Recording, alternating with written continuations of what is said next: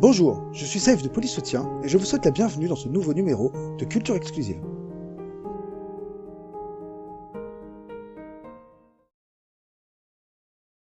Aujourd'hui, nous allons commenter la vidéo d'un youtubeur, Maudit Modin, plus précisément celle de sa chaîne secondaire, Radio Modin.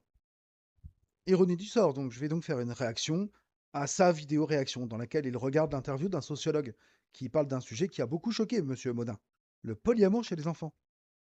Oui, je vais appeler la voix off Monsieur Modin, vous avez bien compris. Ah, je vais même l'appeler Jean, Jean Modin. Ouais, je sais pas, quand j'entends sa voix, moi j'imagine un Jean, me demandez pas pourquoi. Bon, on y va. Bon, déjà, je pense que la première chose à faire ici, ça va être de définir un peu les termes, hein, parce que je pense que pour certains, la notion de polyamour, ça doit être un peu flou. Donc, je vous en lis une définition. Le polyamour, c'est le fait d'avoir plusieurs relations amoureuses en parallèle avec le consentement de chaque partenaire. Et bien souvent, ça implique évidemment des rapports S. Bon, pour le coup, la définition, c'est plutôt une bonne idée, hein. Et celle qui nous présente là, elle est plutôt bonne. Même si, bon, chaque personne pratiquant le polyamour peut évidemment avoir sa propre définition en fonction de son propre vécu. Donc, oui, bah, c'est bien pour ça que j'ai créé une playlist qui s'appelle Définition personnelle. Vous pouvez aller la voir sur ma page. Oui, les enfants peuvent dire parfois qu'ils ont une amoureuse, voire qu'ils en ont plusieurs. Déjà parce qu'ils savent pas tout à fait de quoi ils parlent. Ils ont une notion, en fait, assez vague de ce que c'est que d'être amoureux. Mais surtout, les enfants, ils vont aussi vous dire qu'ils sont des chevaliers, des soldats, Spider-Man ou des princesses ou j'en sais rien. Et on n'a aucun problème à faire la distinction entre le vrai et le faux dans ces cas-là. Parce que c'est normal qu'un enfant s'invente des... Alors non, non, absolument pas. Les enfants ne se prétendent pas chevaliers, Spider-Man ou princesse. Ils jouent, ils font semblant. Non, prétendre que les jeux d'enfants, ce serait la véritable projection de leur identité, c'est vraiment malhonnête. Ça n'a qu'un seul but, décrédibiliser la parole de l'enfant. Ce qui impliquerait qu'il ne faut surtout pas les écouter. Ce procédé, visant à disqualifier la parole de l'enfant, ça va revenir tout au long de cette vidéo, vous verrez. Pourquoi est-ce que tout à coup, quand des enfants nous disent qu'ils ont plusieurs amoureuses, il faudrait à tout prix prendre ça extrêmement au sérieux et voir ça comme quelque chose de très révélateur, de très... Bah, peut-être parce qu'en tant qu'adulte, c'est important de ne pas rabaisser la parole de l'enfant et ne surtout pas la disqualifier comme ça, par automatisme. Chaque parole de sa part, on doit pouvoir l'analyser au cas par cas, et c'est aussi ça le rôle d'un parent. Lorsqu'un enfant il est en plein jeu et qu'il vient t'expliquer qu'il est un vampire, ok, tu souris. Mais lorsqu'un enfant vient t'expliquer qu'un camarade lui a touché l'entrejambe ou qu'il l'a embrassé de force, tu dis pas que c'est un jeu d'enfant, t'agis en prenant la situation au sérieux. Eh ben, savoir écouter et prendre en compte la parole de l'enfant, lorsqu'il évoque ses sentiments naissants envers un camarade de classe, c'est tout aussi important. Bon, moins dramatique, d'accord. Mais les ruptures des relations sentimentales dans l'enfance, elles peuvent être tout aussi dévastatrices que celles d'un adulte. Car l'enfance y est projetée avec intensité. Rappelons quand même que dans certains cas, le choc causé par une déception sentimentale, ça peut mener jusqu'à une dépression. Si c'est avant tout une vision politique, parce que la notion de polyamour, elle est politique. Elle fait partie du packaging de l'idéologie de la gauche actuelle. Le polyamour, c'est une manière de déconstruire le patriarcat, la domination blanche, etc. Voire même un outil de décolonisation et tout le jargon que je pense vous devez connaître par cœur normalement maintenant. Et ça, c'est un truc que les gens de gauche ont très bien compris depuis longtemps. Alors pas du tout, hein. La gauche n'a absolument aucun projet mettant en avant les relations plurielles. Bon, à la limite, on peut dire que la gauche, qui a dans ses valeurs l'acceptation de l'autre, y compris dans sa différence, bon ok, ça sera plus facile de voir sa polyamorie acceptée dans ce camp politique-là. Plutôt qu'à droite, bien plus couramment portée sur la défense d'une vision traditionnelle du couple et de la famille. Mais non, la polyamorie n'est pas toujours de gauche. Certains, ils sont tout aussi opposés que Jean Modin, en fait.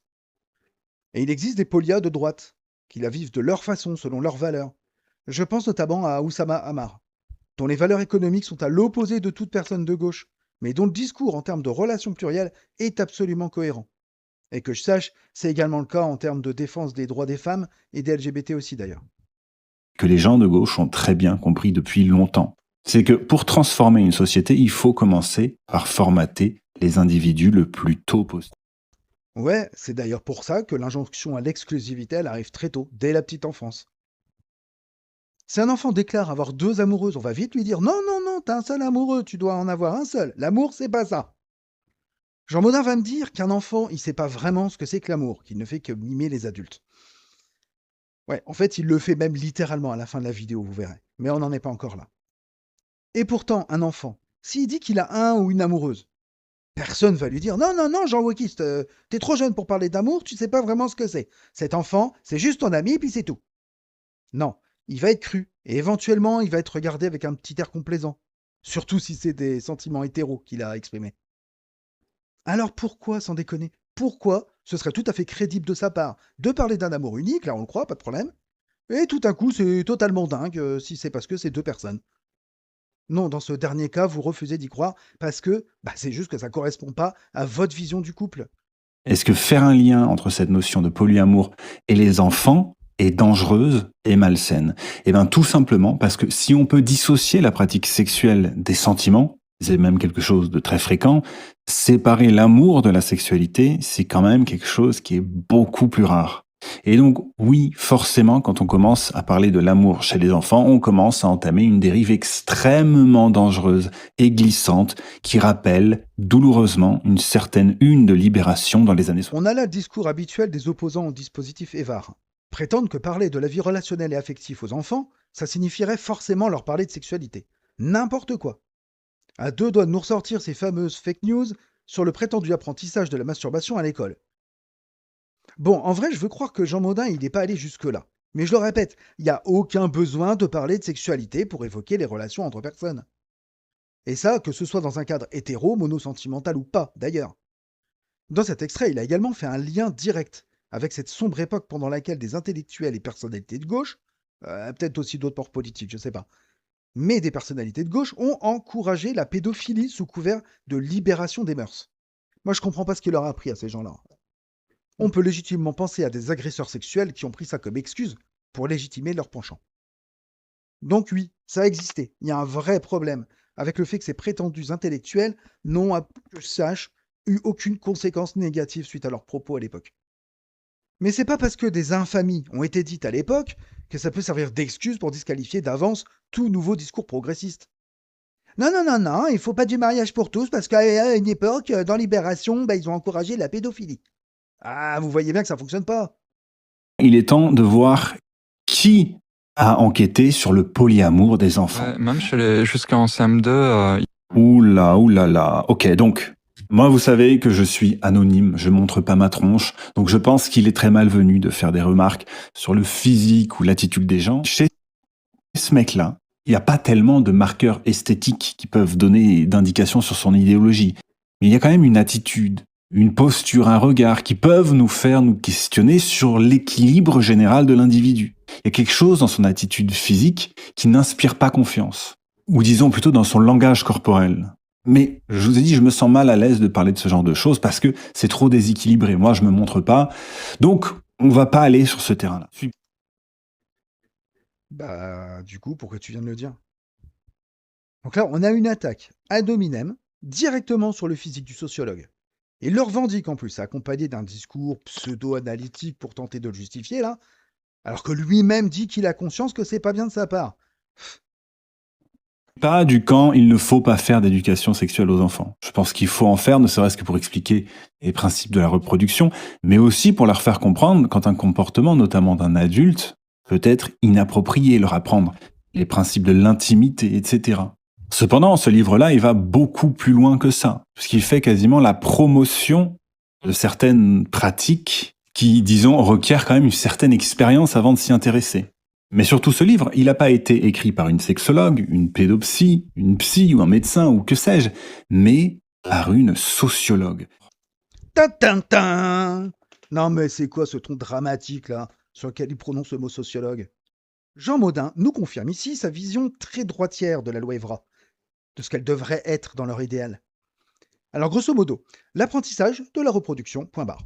Un bon point pour lui quand même, c'est qu'il y ajoute apprendre aux enfants à décrypter les mauvais gestes de l'adulte lorsqu'il y en a. En vrai, je mets vraiment ça à son crédit. Ça va plus loin que beaucoup de personnes de droite que j'ai pu croiser. Pour résumer, on va dire qu'il désapprouve le fait d'aborder la diversité des orientations sexuelles dans la loi Evra. Donc il n'y a rien de surprenant à constater la même distance avec les relations plurielles. Tout ce qui pourrait mettre en jeu la vision du couple mono-hétéro cis-normatif, ça doit être invisibilisé, pour ne pas dire anéanti. Et aujourd'hui, si tout le monde s'accorde pour dénoncer les abus abominables qu'il peut y avoir dans l'Église, et à juste titre, évidemment, parler du même type d'abus dans les écoles, c'est encore un tabou aujourd'hui. L'école, qui est un milieu, il faut quand même le rappeler, extrêmement gauchisé, extrêmement militant bien souvent aussi d'ailleurs.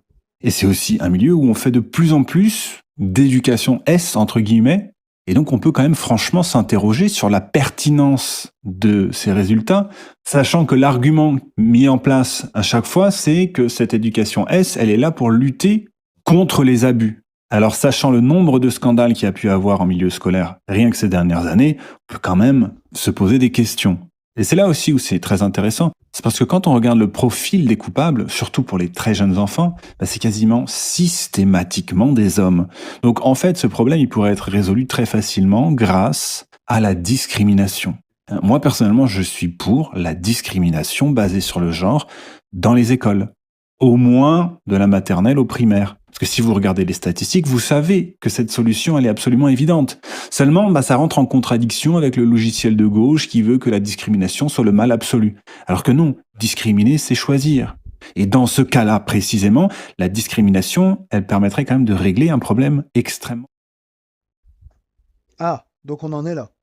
La hausse des VSS sur mineurs, qui pourtant pourrait être beaucoup plus facilement détectée et surtout beaucoup plus tôt si on appliquait correctement la loi Evra, au lieu de céder aux sempiternelles pressions de l'extrême droite, qui les font bien trop souvent annuler, c'est utilisé ici pour affirmer que la loi ne sert à rien.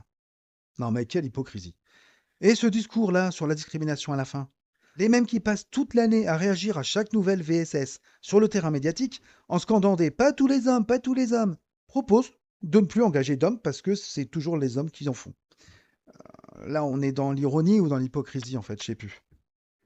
Et nous accuser, nous, à gauche, que discriminer pour protéger les futures victimes, ça serait contre nos idées. Alors que dans la sphère militante de gauche, on passe notre temps à se battre contre cette expression not all men, pas tous les hommes, dans la langue de Molière. Et qu'on a littéralement inventé la parabole des M&M's qui va avec. Attendez, je vous la rappelle, on imagine un saladier rempli de M&M's. Dans ce saladier, il y a un seul M&M's, et il est impossible de savoir lequel, qui est empoisonné et mortel. Et on vous pose la question, est-ce que vous seriez prêt à en manger? Tous les M&M's deviennent alors un danger potentiel. De la même façon que, vu les statistiques de VSS, tous les hommes sont un danger potentiel pour les femmes. Si vous avez une fille, vous le savez déjà, vous n'aviez pas besoin de cette image. Donc non, notre logiciel de gauche, il est totalement capable d'accepter cette idée. Quant à savoir si la discrimination, c'est ça la solution, là, je laisse la question à d'autres plus intelligents que moi. Mais je me méfie toujours de ce qui est censé être une évidence. Plus de la moitié à dire que le polyamour existe, mais l'idéal c'est vraiment l'amour qui doit être monogame, c'est ce qu'on leur présente, etc. Bon, je suis désolé, mais il y a quelque chose vraiment qui me dérange profondément dans son attitude, dans sa diction. On dirait Orelsan, options sociaux, et ça me terrifie. Mais voilà, on a la confirmation de ce que je vous disais. On fait la promotion de ce genre d'idéologie et d'idées comme le polyamour, précisément parce que ça permet de lutter contre le patriarcat cisgenre hétéronormé capitaliste.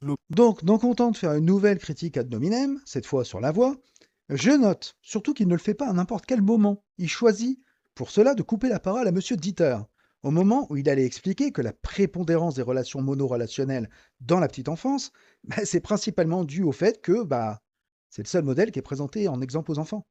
Et surtout, comme je l'ai déjà dit précédemment, que toute situation qui va sortir de ce modèle sera systématiquement dénigrée. Et je vous rassure, notre Jean Modin ne permettra jamais à son audience d'écouter la fin de cette explication. Il va directement passer à l'extrait suivant. Et de fait, aucune promotion n'est faite ici, de rien du tout. Il ne fait que constater certains discours qui arrivent à émerger grâce à son travail, tout en pointant cette absence de modèle alternatif. Les enfants, eux, ils n'en ont parlé que parce qu'ils ont dû se sentir assez en confiance avec lui pour en parler. C'est d'ailleurs ça, le rôle que devraient avoir les séances Evra. Celui de les questionner comme lui il l'a fait, ouvrir le dialogue. Pas pour les influencer, pour voir ce qu'ils connaissent déjà, quel est leur ressenti, et pouvoir détecter les enfants en souffrance sur quelque thématique que ce soit. Et bien entendu, oui, dans le lot, ça permet de détecter les signes d'enfants qui sont victimes de VSS. L'objectif est avant tout politique, parce que, je le rappelle au cas où, mais la sociologie, telle qu'elle est pratiquée en France depuis des décennies, ce n'est plus une science, mais un outil. de militantisme politique qui cherche à faire passer des idées d'extrême gauche. Et les conséquences de cette idéologie à l'école, on les voit avec notamment l'affaire du périscolaire à Paris, dans laquelle un nombre quand même conséquent d'animateurs est soupçonné d'avoir commis des violences S sur des...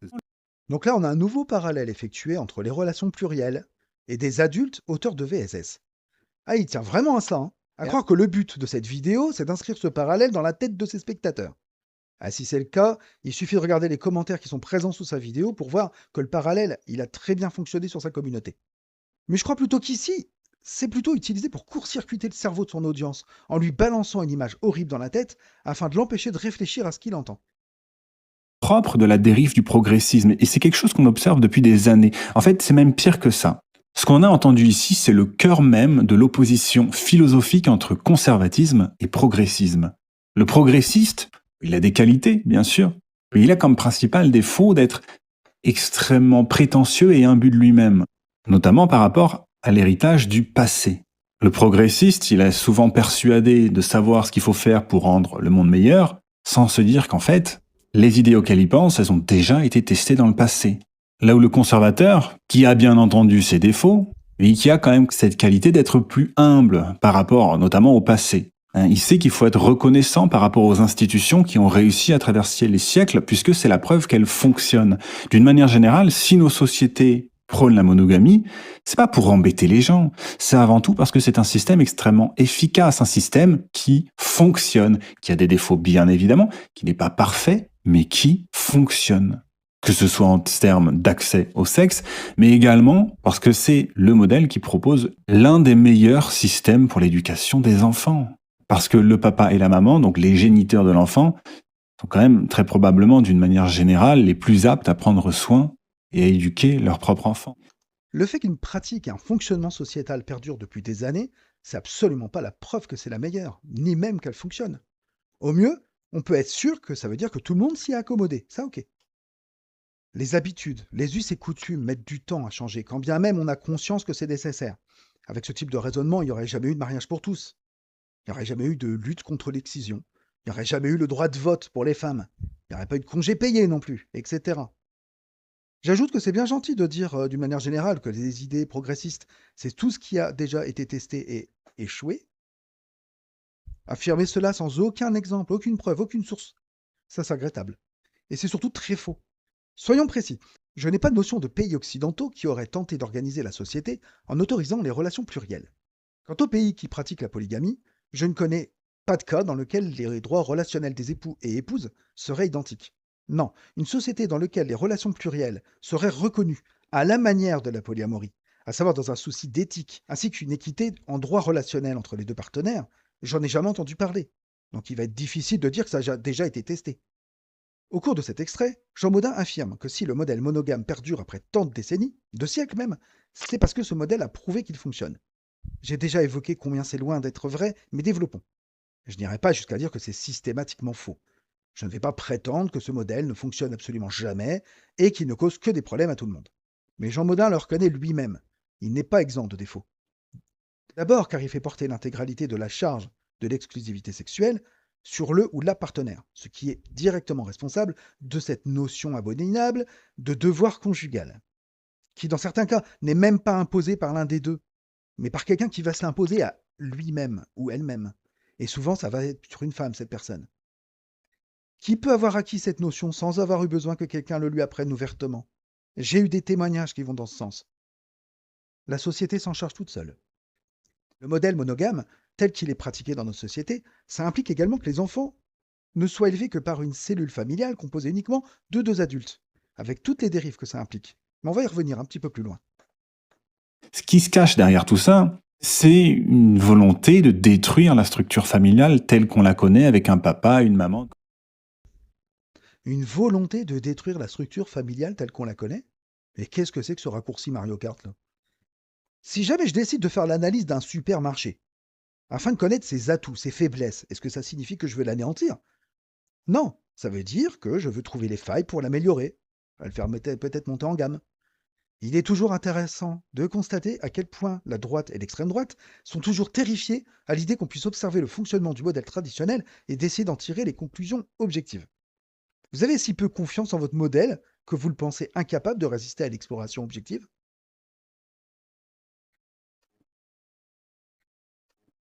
Prôner un modèle polyamoureux, ce serait forcément aller vers une sorte de collectivisation de l'éducation. Et il suffit de se projeter un peu, d'imaginer un peu pour comprendre à quel point ce serait cauchemardesque en fait. En fait, ce que les progressistes ne veulent pas voir, c'est que ces expériences-là, d'une manière générale, elles ont déjà été faites dans l'histoire de l'humanité. Si ces modèles ne se sont pas développés, qu'ils ne sont pas devenus la norme, c'est précisément parce qu'ils ne sont pas fonctionnels.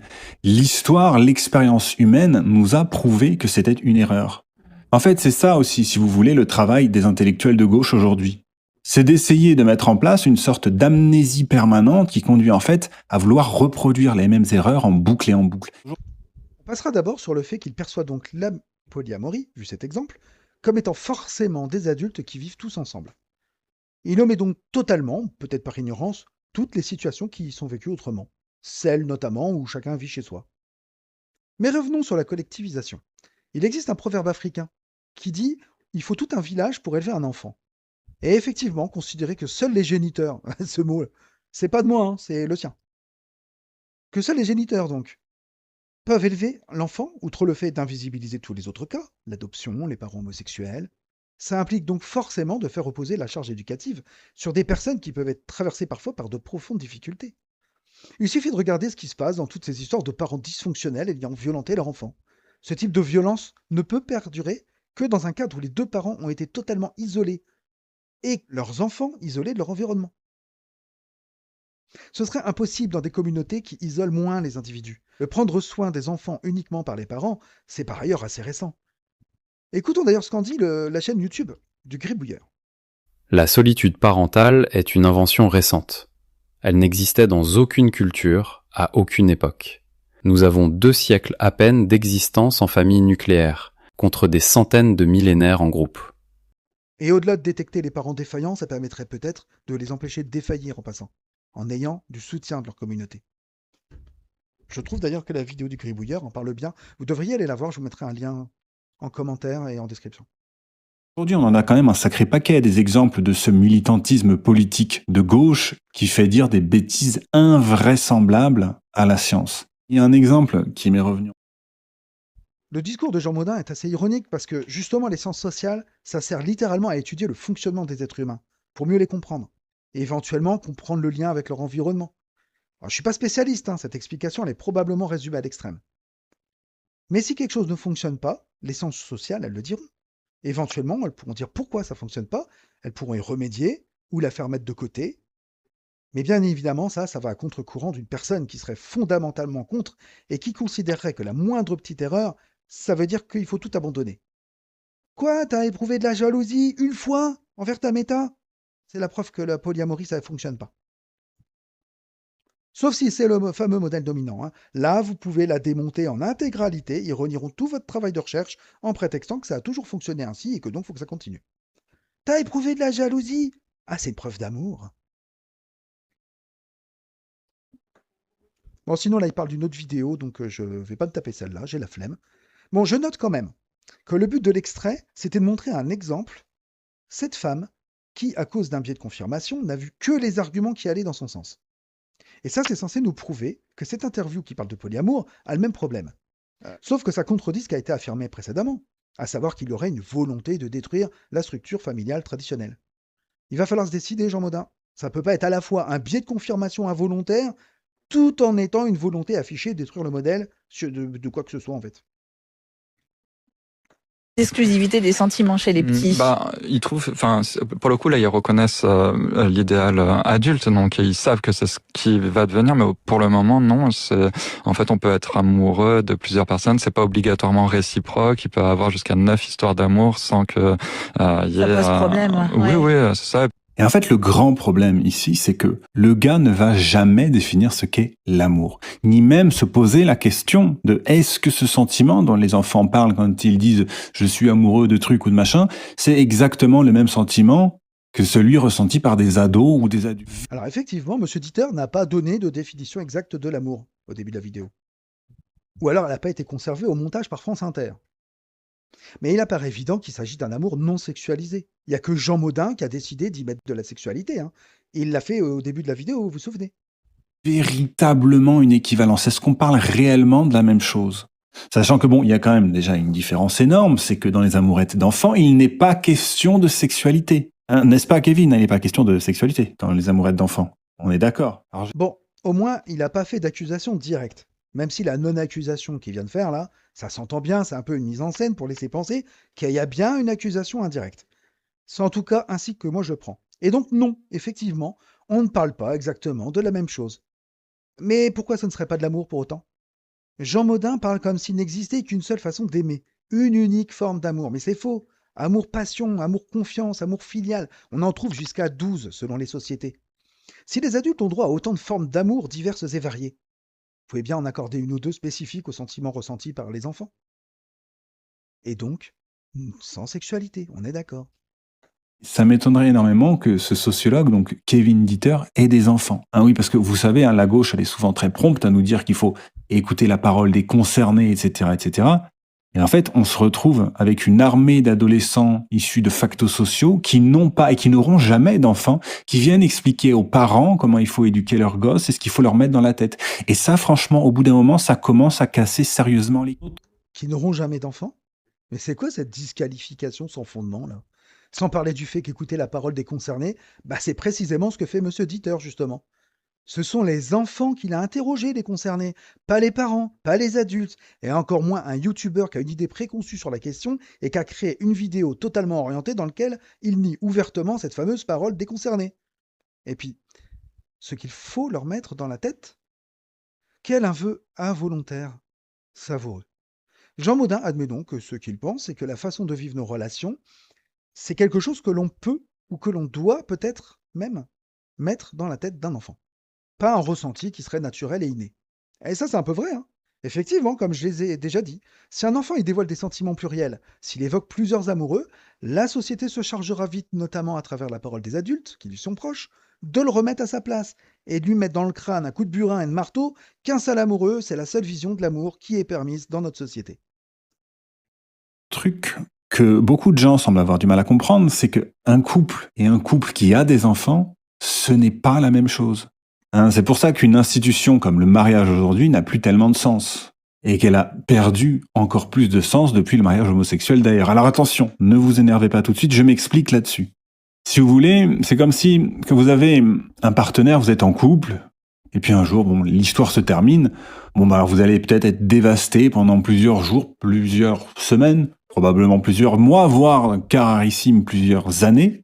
Alors bon, qu'est-ce que vous allez faire? Vous allez peut-être boire un peu, geindre, écouter du Radiohead si vous êtes blanc, ou que sais-je. Mais c'est tout. Ça n'aura pas vraiment d'autres conséquences, ni sur vous, ni sur la société. Vous en trouverez une autre, ou un autre.